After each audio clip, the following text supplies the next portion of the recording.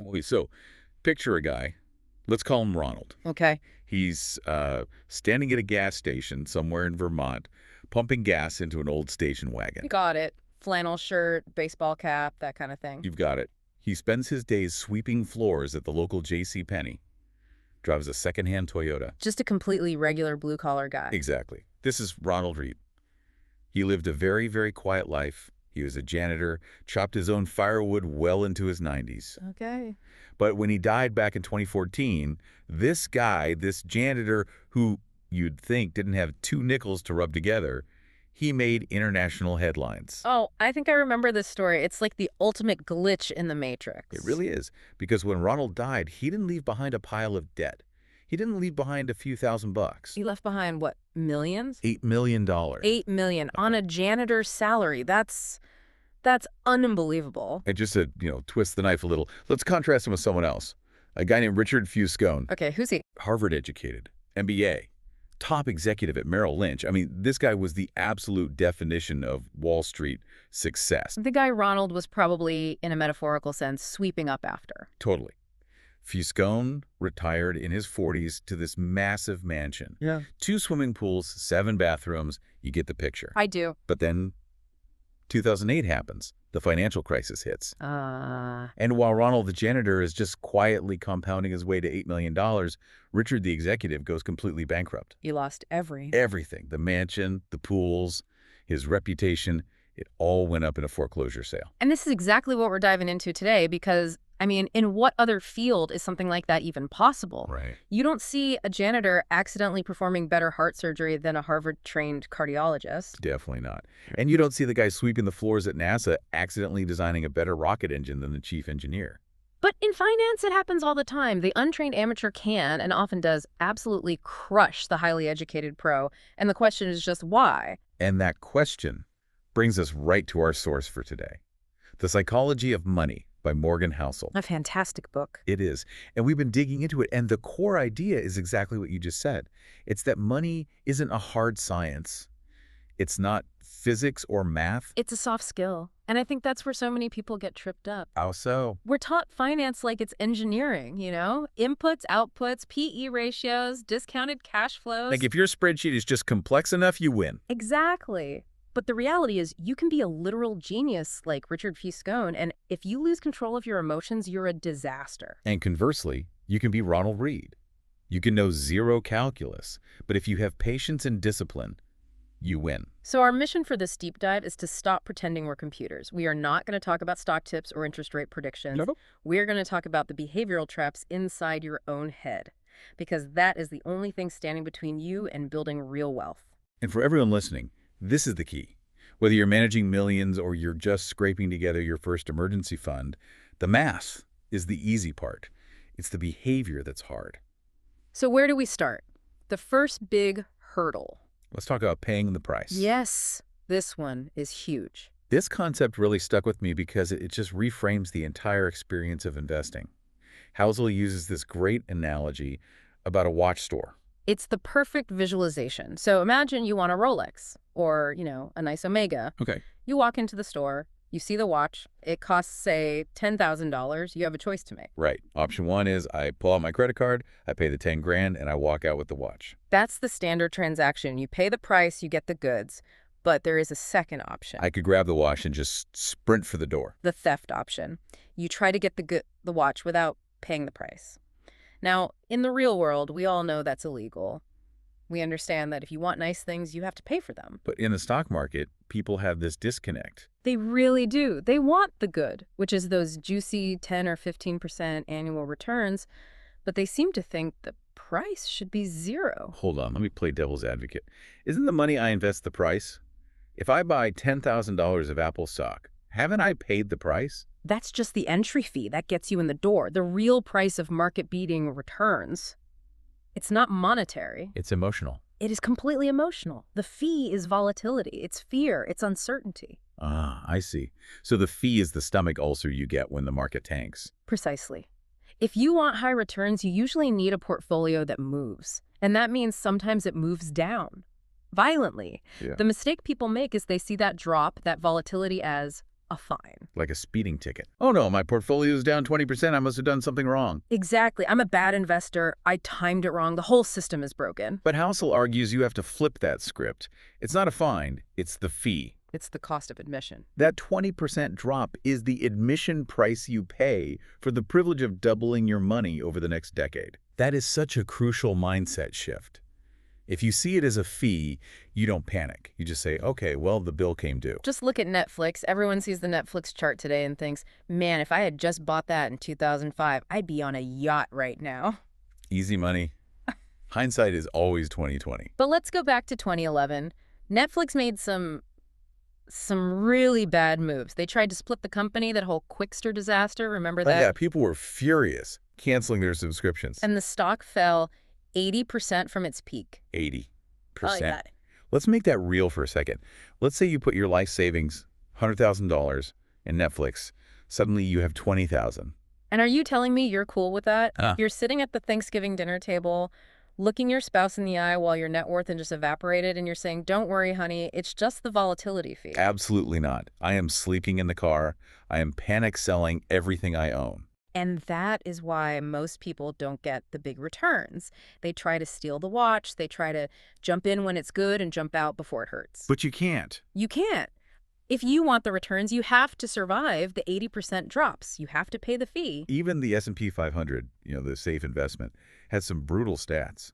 Since 1980, there have been something like 13 years where the market was down 20% at some point. Right. And yet, over that whole period, it compounded massively. The takeaway is just, don't try to avoid the pain, except that the fear and the nausea are the cost of doing business. If you can't pay the fee, you can't have the product. So step one is paying the fee. Right. But let's say you do that. You hold on, you make money. Then you run headfirst into a trap that I think is actually more dangerous than losing money. And that's the trap of never enough. This part of the deep dive really hit home for me because it highlights a fundamental flaw in our human operating system. What's up? Capitalism is amazing at generating wealth, but it's even better at generating envy. Oh, it is an engine of comparison. Housel talks about this ladder of success, and it's exhausting to even think about. Let's climb that ladder. I want to walk through this because it really shows how ridiculous our brains can be. Okay, let's do it. So we start with a specialized doctor. Let's call him Bill. He's making, say, $500,000 a year. Okay, so Bill is crushing it. Top 1% earner, nice house, nice cars, kids in private school. He feels rich. He does, until he buys a vacation home in the Hamptons. And he meets his neighbor, Stan. And Stan is, what, a CEO? Stan's a CEO of a public company. Stan makes $10 million a year. Ouch. Suddenly, Bill the doctor feels like he's on minimum wage. He looks at Stan's yacht and thinks, I am failing at life. But wait, it keeps going. Stan goes to a charity gala, and he bumps into Michael Jordan. The GB? Jordan's worth something like $2 billion.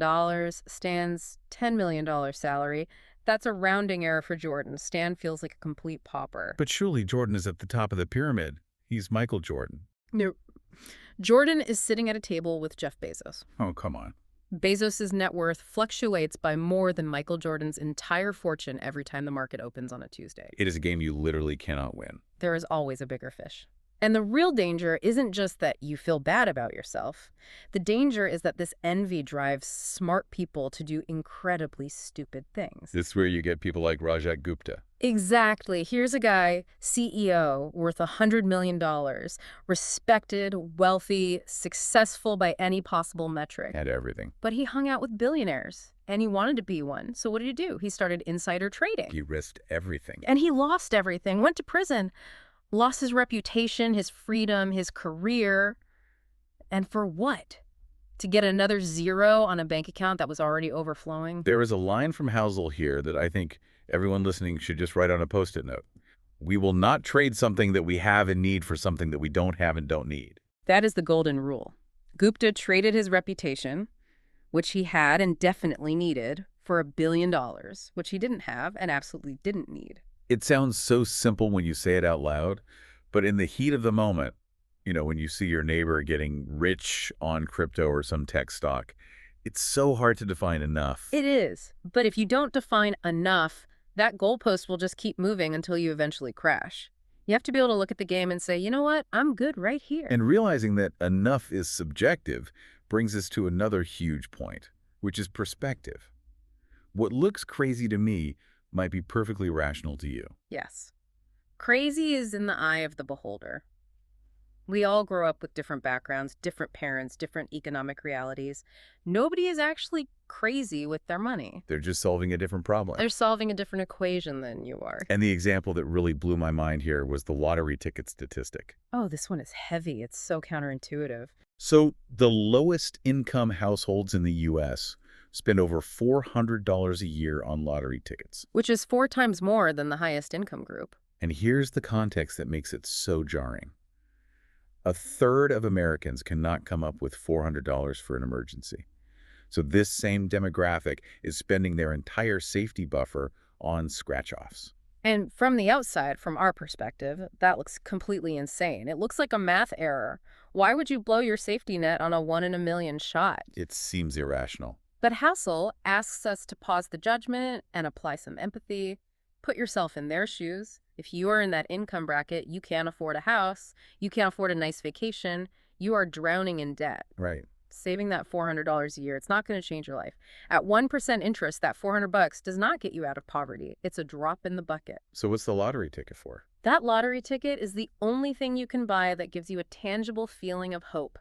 Even if it's just for a minute, you get to dream the dream that wealthy people are already living. They aren't buying a financial return. They're buying a feeling. They're buying hope. And when you see it that way, it's not crazy. It's totally rational within their specific framework. That completely changes how I look at it. Yeah. And the lesson for us isn't really about lottery tickets, is it?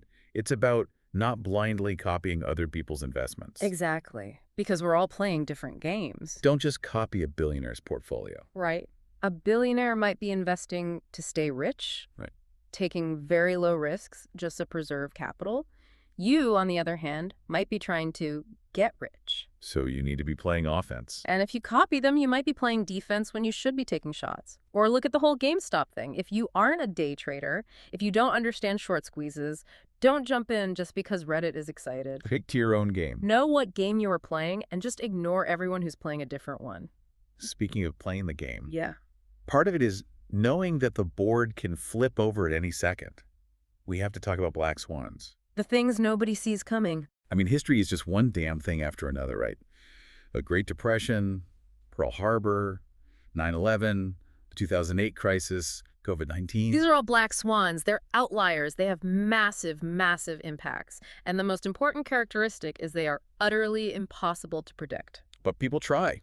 You turn on financial news right now, and it's just a parade of people in suits predicting what the Fed will do, what the market will do, what the next election will do. And it's mostly theater. Housel's argument is that survival is way more important than prediction. You can't predict the next pandemic, but you can manage your money so that when it happens, you don't get wiped out. And there's a specific stat about this that really highlights why survival, just staying in the game, is the ultimate strategy. It's about what happens if you try to time the market and you miss. This is the cost of missing out stat. It's staggering. If you invested in the S&P 500 for a 20-year period, you'd do very, very well. But if you miss just the 4 best performing days in that entire 20-year span. 0 days Yeah. out of 20 years. Just 4 days. Your total return would drop from 291% all the way down to 164%. That is massive. You lose almost half your gains by missing 4 days. And here's the real kicker. The best days usually happen right next to the worst days. Oh, of course. The market crashes, everyone panics and sells on Monday, and then boom, the biggest rally in history happens on Tuesday. If you sold, you missed it. You locked in the loss and missed the entire recovery. So the takeaway is pretty simple. Mm. Stop trying to be a wizard. Stop trying to guess the top and the bottom. Just stay on the roller coaster. Survival is the only alpha that matters. If you can just stick around long enough for compounding to work its magic, you win.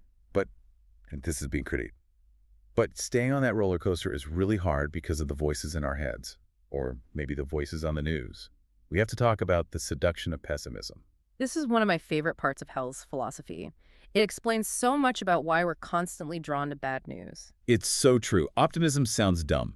If I tell you, hey, in 20 years, AI is going to solve climate change and we're all going to be richer, I just sound like a naive cheerleader. You sound like a salesman. But if I come in and say, there is a hidden debt bubble, the dollar is going to collapse, and a new virus strain is coming. You sound smart. You sound like you've done the research. I sound intelligent and captivating. Why are we wired like that? Why does doom sound like intellect? It's evolutionary biology. Daniel Kahneman talks about this a lot. Think about our ancestors on the savannah. If you miss an opportunity, say you miss a berry bush, what happens? You're just hungry, you miss lunch, no big deal. Right. But if you miss a threat, like a lion hiding in the tall grass, you are lunch. You die. So we evolved to treat threats as urgent and critical, and to treat good news as just, nice to have. So the pessimists are hijacking our survival instincts. Totally. And there's another factor, which is the speed of change. Destruction happens fast. A market crash happens in a week. A war starts in a day. It's dramatic. It's a movie plot. Whereas progress is agonizingly slow. Compounding takes decades. Medicine gets better little by little. Things are getting slightly better every single day is not a headline that sells clicks. It reminds me of that Hans Rosling quote, "The world is better than you think." It is. But you have to actively remind yourself of that. You have to be skeptical of your own attraction to pessimism. Just because someone sounds scary doesn't mean they are right. In the long run, the optimists almost always win because progress is the dominant force of history. So we've covered a lot of ground here. We've really pulled apart the psychology of money. We have. Let's try to synthesize this for everyone listening. We're not talking about spreadsheets. We're talking about soft skills. Right. If I had to boil it all down, it would be this. 1, pay the fee. Volatility is the price of admission. It's not a fine for doing something wrong. 2, define enough. Don't climb the ladder of envy until you fall off. 3, empathy and perspective. Don't judge what looks crazy to you, and make sure you're playing your own game. 4, survival over prediction. Prepare for the black swans. Don't try to guess when they're coming. And 5, choose optimism. Don't let the smart-sounding doom-mongers scare you out of the market long-term. It's a really powerful checklist, and I want to leave everyone with one final thought to chew on. Go for it. Think back to the very beginning of our conversation. Ronald Reed, the janitor, and Richard Puscone, the bankrupt executive. The genius and the novice. If money really is a soft skill, if it's about behavior and not IQ, I want you to ask yourself this. Where are you behaving like a genius, and where are you behaving like a novice? That's a great question, because you might be a genius at earning money, the hard science part, but a total novice at spending it or keeping it. Or you might have the perfect asset allocation on paper, but if you panic sell the second the news gets bad, you're feeling the real test. The good news is, unlike your IQ, you can actually change your behavior. You can choose to be the janitor. You can. You can just shut up, wait, and let compounding do its thing. Couldn't have said it better myself. Thanks for diving in with us. We'll see you next time.